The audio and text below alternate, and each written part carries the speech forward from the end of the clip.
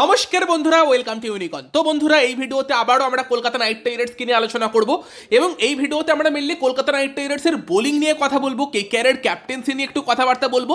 Interesting video হবে, last অব্দি দেখতে থাকো। আমাদের চ্যানেলে প্রথমবার এলে আমাদের চ্যানেলটিকে সাবস্ক্রাইব করে তার পাশের বেল আইকনটাকে অন করে দিও। তবে শুরুটা আমরা আবারও করব ফিন অ্যালেনের একটা বিষয় দিয়ে। ফিন অ্যালেনকে নিয়ে তো একটা ভিডিওতে আলোচনা করলাম এই ডিটেলে, তবে এখন দেখছি অনেক সোকল্ড ক্রিকেট এক্সপার্ট তারা বলছে কলকাতা ফিন অ্যালেনকে বসিয়ে রেখেছিল, এটা ভাবা যায়, এটা মানা যায়। অথচ তারাই কয়েকদিন আগে বলছিল ফিন অ্যালেন কিছু করতে পারবে না, সাই ফাটকে খেলাও। আর তোমরা জানো আমি প্রথম থেকে বলেছি যে ফিন অ্যালেন এমন একটা প্লেয়ার যাকে 14টা ম্যাচে 14টাই দেওয়া উচিত। সে তোমাকে 2 থেকে 3টে ম্যাচ নিজে জিতিয়ে দেবে। তবে আমি বলবো ফিন অ্যালেনকে একটা বা দুটো ম্যাচে ড্রপ করা খুব একটা খারাপ সিদ্ধান্ত হয়তো সেই সময় ছিল না, যেটা দিনের শেষে ফিন অ্যালেনকে এখন লাভ দিচ্ছে। যদিও আমার বিশ্বাস ফিন অ্যালেনকে আরও একটা ম্যাচ আগে ফেরানো যেতে পারতো, লখনৌ ম্যাচ থেকেই ফেরানো যেতে পারতো। একটা ম্যাচ দেরি করে কেকেআর ফিরিয়েছে, তবে রেস্টটা হয়তো দরকার ছিল। কারণ একটা প্লেয়ার যখন একটু খারাপ ফর্মের মধ্যে দিয়ে যায় তাকে একটু রেস্ট দিয়ে দিলে, একটা দুটো ম্যাচ সে বাইরে থেকে বসে দেখলে সে নিজে তার কি ভুল করছে সেগুলো শোধরানোর সময় পায়। যেটা বরুণ চক্রবর্তীর ক্ষেত্রেও আমরা দেখেছি যে বরুণ চক্রবর্তীও কিন্তু মাঝখানে ড্রপ হয়ে গিয়েছিল, দেন তার কামব্যাকটা আমরা দেখতে পাচ্ছি। আসলে ফিন অ্যালেন এত ভালো ফর্মে ছিল না বিগ ব্যাশ লিগে, T20 ওয়ার্ল্ড কাপে। ফিন অ্যালেন ভাবছিল আমি বোলারদের জাস্ট ডিস্ট্রয় করে দেবো প্রথম বল থেকে।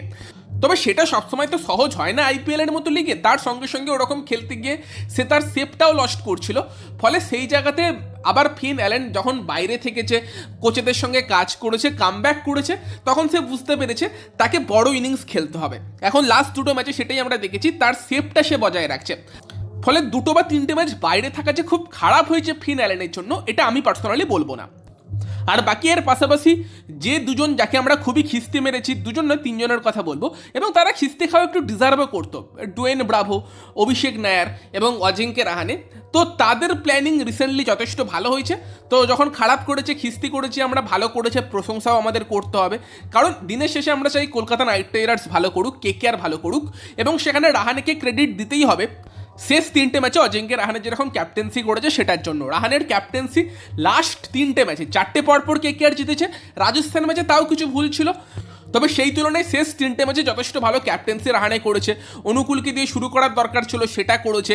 আরোরার ওভারগুলোও ঠিকঠাক ইউজ করেছে। এবং কালকে আমি একটা জিনিস দেখছিলাম যে গ্রিন তাকে একটা ওভার ইউজ করেছিল এবং বল টার্ন হচ্ছিল। অনুকূলের 3টে ওভার হয়ে যাবার পর আমি এটাই দেখতে চাইছিলাম যে রাহানে অনুকূলকে দিয়ে 4th ওভারটা করায় কিনা, নাকি বৈভব আরোরাকে দিয়ে 4টে ওভার করায়।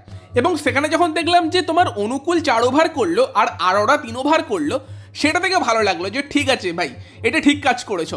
তো সেখানে রাহানের ক্যাপ্টেন্সি, বোলিং চেঞ্জ, সেগুলো যথেষ্ট ভালো হয়েছে। তার পাশাপাশি বোলাররা রেসপন্ড করছে। কলকাতার বোলিং আউটস্ট্যান্ডিং, এবং রাহানে কিন্তু কলকাতার ভালো বোলিংয়ের জন্য ডুয়েন ব্রাভো এবং টিম সাউদি তাদের ক্রেডিট দিয়ে গিয়েছে। এবং অ্যাকচুয়ালি ভাই তোমার কার্তিক ত্যাগীর যে বোলিং, সেটা কলকাতাকে অনেক বেশি হেল্প করছে। কলকাতা পাথিরানার মতো একটা বোলারকে বাইরে ডাকা সাহস এই কারণেই দেখাতে পারছে কারণ কার্তিক ত্যাগী ডেফিনেটলি ব্রিলিয়ান্ট বোলিং করছে। আর সেটার জন্য অবভিয়াসলি অনেকটা ক্রেডিট আমাদের টিম সাউদিকেও দিতে হবে। এবার বলতেই পারো খারাপ করলে ব্রাভো, ভালো করলে সাউদি। আসলে সাউদি যে কার্তিক ত্যাগীর সঙ্গে কাজ করছে সেটা ব্রাভোই একদিন বলেছে। তোমার বোধহয় লখনৌ ম্যাচের সময় ব্রাভো মাইকে ছিল, তখন তাকে জিজ্ঞেস করে কমেন্টেটররা যে কার্তিক ত্যাগীর ভালো বোলিং সেই নিয়ে কি বলবে, তখন ব্রাভোই বলে যে টেকনিক্যাল দিকে টিম সাউদি তার সঙ্গে অনেক কাজ করছে। তো সেখানে টিম সাউদিকে কার্তিক ত্যাগীর এই ট্রান্সফরমেশনের জন্য একটা বড় ক্রেডিট আমরা দেখব।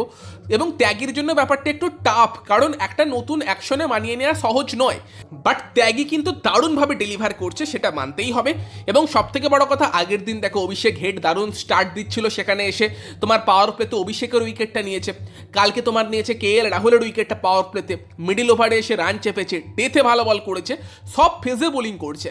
তার হাতে হয়তো সুইংটা নেই, তাই প্রথম 2-3 ওভারে তাকে হয়তো বলটা দেওয়া যায় না, বাট পাওয়ার প্লেয়ার ব্যাক এন্ডে ওভার ক্লোজ করা বা মিডিলের ডেথে তোমাকে গ্যারেন্টি ওভার দেওয়া, কার্তিক ত্যাগী ডেফিনেটলি ব্রিলিয়ান্ট কলকাতার জন্য। প্লাস বরুণ এবং নারায়ণ তো আছেই, তাদের নিয়ে নতুন করে আর কি বলবো, যত বলবো তত কম বলা হবে। আর অনেক বলেও ফেলেছি, সেটাও যদিও কম বলা, আরও অনেক কিছু বলা যেতে পারে, বাট স্টিল অনুকূলের ক্রেডিটটাও অনেক বেশি। এবং অনুকূল রয় ভালো ফর্মের মধ্যে দিয়ে যাচ্ছিল।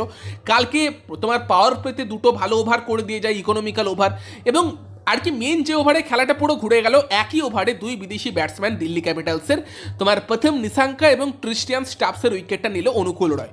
ট্রিস্টিয়ান স্টাফসের উইকেটটা সব থেকে গুরুত্বপূর্ণ উইকেট, আর ওটা একটা আলাদা লেভেলের ডেলিভারি ছিল। বলটা প্রায় 0.70 ডিগ্রির কাছাকাছি ড্রিফট করেছিল, তারপর পিচে ল্যান্ড হয়ে প্রায় 1.5 ডিগ্রি ঘুরেছিল। উফ, অনবদ্য ডেলিভারি ছিল ওটা, মানে ওই টাইপের ডেলিভারিতে আউট হলে ব্যাটসম্যানের কোনো ভুল থাকে না, ওটা পুরো ক্রেডিটটা বোলারকে দিতে হয়। তো অনুকূল এবং কার্তিক ত্যাগীও যথেষ্ট ভালো কন্ট্রিবিউট করছে, বৈভব আরোরাও ঠিকঠাক বল করে যাচ্ছে। আসলে গত বছর থেকে আমরা দেখছিলাম আরোরাকে সুইং বোলারের জায়গায় ব্রাভো ডেথ বোলার করতে চাইছিল, এবং সেখানে গত বছর ডেথে বল করতে এসে আরোরা ফুলটোস করতো, 6টার মধ্যে 4টে ফুলটোস করতো। এই বছর 6টার মধ্যে 2টো ফুলটোস করছে হয়তো, বা তাও করছে না, বাট ডেফিনেটলি ডেথ বোলিংটা কিন্তু আরোরা কিছুটা ইম্প্রুভ করেছে গত বছরের তুলনায়। আশুতোষ যে 6টা মেরেছে ওটার ক্রেডিট তাকেই দিতে হবে, ওটা অনবদ্য লেভেলের শট ছিল, প্ল্যান অনুযায়ী ঠিকই বল করেছিল বৈভব আরোরা।